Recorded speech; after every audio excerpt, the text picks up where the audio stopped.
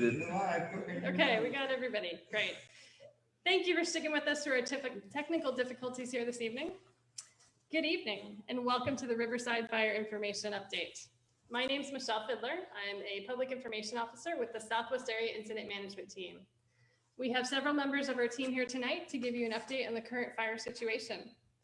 As always, you can find our information on InciWeb online. We'll share a link in our chat comments below. We are monitoring your questions this evening. We will be holding those to the end, as many of our speakers will try to address those in their presentations this evening. So with that, I'd like to introduce our first speaker tonight, Jake Nettle. He's with our operations section here on the Southwest Incident Management Team. Evening, everybody. Jake Nettle. I'm the operations section chief trainee with Southwest Incident Management Team 1. And for your operational update, the actions that we took today, want to reference just a few areas within our incident. Really around this Glen Avon area, up the drainage. What the actions we're taking today is really to be able to utilize some of our dozers, engine crews, hand crews, to be able to construct more direct line along the areas that we don't have our current lines against the fire's edge. So a lot of work happening within this Division Whiskey area. We do have indirect and direct line within the area, but really just to shore up more of the country to make sure that we're limiting any type of fire movement within this area. Again, up here in the Old Colton area, crews and engines continue to do some of the work around the fire's edge with all direct hand line, utilizing dozers also, and our engines being able to do some of the patrols in the community. Moving on up towards this Highland Springwater area, also the Estacada, these lines are really starting to look really good all the way through. We've got hand line, dozer line all through our Division Charlie and Division Foxtrot, but again in the Estacada Springwater area just south of George.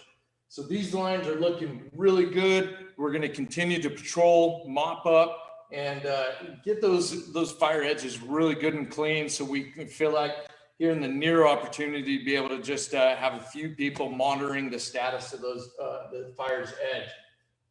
The one thing I do want to state, we got these spot fires outside. All of these have been along with the Abbott Road, which is in between our two wildernesses. We are doing prep work as we speak with excavators and dozers, getting this all prepped up and ready to go, just in case we had to implement any type of operations. Coming full circle, what we're calling branch 3 and being able to coordinate with the Lions Head IMT is that we've got more prep work going along the 57 road over here near the lake. And so all that operations is happening as we speak. And again, we're definitely coordinating with the incident management team to be able to have all of our indirect lines, those lines that aren't against the fire's edge, have that all coordinated and completed between the two incidents. The one thing that I did miss over here near the Glen Avon area, Moala area, is that we are coordinating in a conjunction with the Beachy Creek fire, the incident management team that is managing that. And we are making sure to coordinate all efforts into this area too. So everything is looking really good for the next few days. Thanks.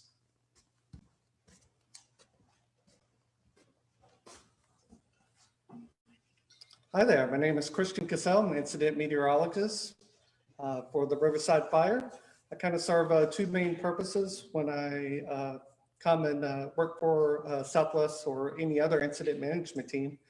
The first is to provide current and forecast weather information to keep everyone involved with the incident safe. And the second is to help provide weather information for strategic purposes for how the team will manage the fire over the coming weeks. So with that, we had a significant rainfall yesterday, almost 1 inch of rain across the fire as we go. And then today we had cloudy conditions with high humidity. We had a few peaks of sun, but again, the humidities stayed high and the temperatures low.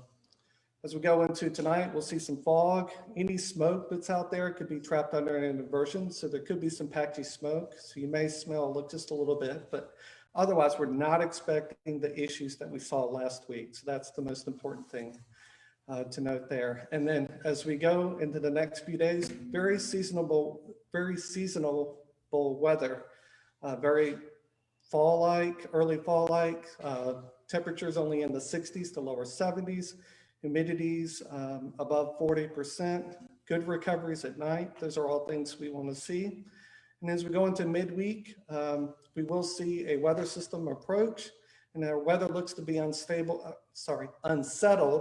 Wednesday through Friday, and we'll have good chances of rain. And right now it looks like there could be a widespread wetting rain. The only downside I see is maybe some stronger winds at ridgetops, so there could be some tree issues with fire-weakened trees. But other than that, I see no, anytime in the next week, I see no conditions that would warrant elevated fire weather concerns. And with that, thank you very much.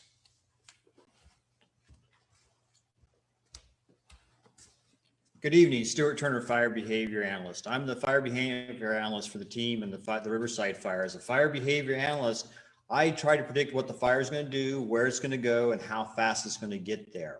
And I use three things to do that. I look at the topography, the fuels, and then the weather you just heard from the meteorologist. So today we saw very little fire activity. Most of the activity was smoldering in the heavier fuels, the bigger fuels, the logs, the stump holes, the deep duff, that type of stuff will hold the fire through these rain events. And that's going to continue through today, through tonight, and into tomorrow morning. So as you heard from the meteorologist, we're going to have a moist night. That humidity is going to be elevated. So we're not going to see any perimeter growth. We're not going to see a lot of fire activity, just that smoldering. But as the day wears on, the sun's going to come out. We're going to burn that fog off. We're going to see the sunshine come out, and that's going to get on the fuels and start to dry those fine dead fuels out a little bit. And then we'll see a little bit of activity pick up. Still not expecting any perimeter growth because that burn window is going to be very short. A lot of moisture in the morning, a little bit of moisture early. Containment or management objectives on the fire. To safely operate within our fire area, we have the TFR, which is notated here on the fire. It's outside the footprint of the primary fire. Temporary flight restrictions are issued and utilized with the FAA in conjunction with incident management teams or another all-hazard aviation activities where non-participating are folks, civilians, recreationalists. We don't want them flying in that airspace. That leads to and segues into an ad campaign that we do throughout the interagency aviation community. If you fly, we can't. And that's something that we're really pushing here now that we have clear air to fly both our manned and unmanned aircraft. If you fly, we can't. We don't have any idea where those civilian operators are flying their drones, recreational aircraft, etc. So our response, because we don't have control or any communication with those assets, is to put our firefighting aircraft down on the ground. So please help us do the best job that we can do for you, the community members, and self-police. Remember, if you fly, we can't.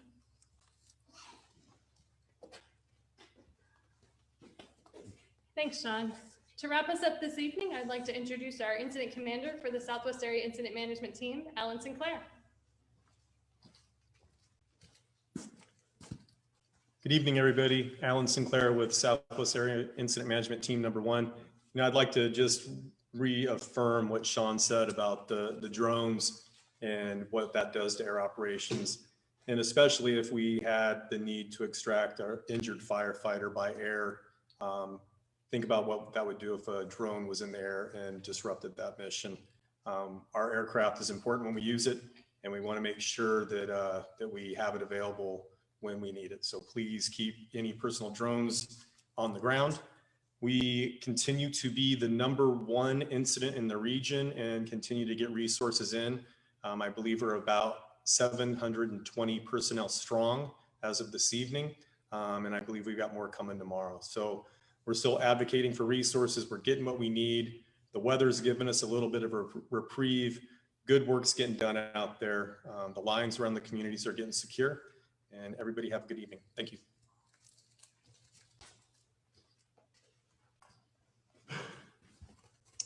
Thanks, Alan. I think we've attempted to address the questions we saw online in the presentations tonight. If we did not get to your particular question, please give us a call. We'll share our phone number here. You can also find our information on INSEWeb. We apologize, we did experience some technical difficulties this evening, but we'll do our best to make sure that the information is available for you. Again, thank you for joining us tonight, and we look forward to giving you future updates. Have a good night.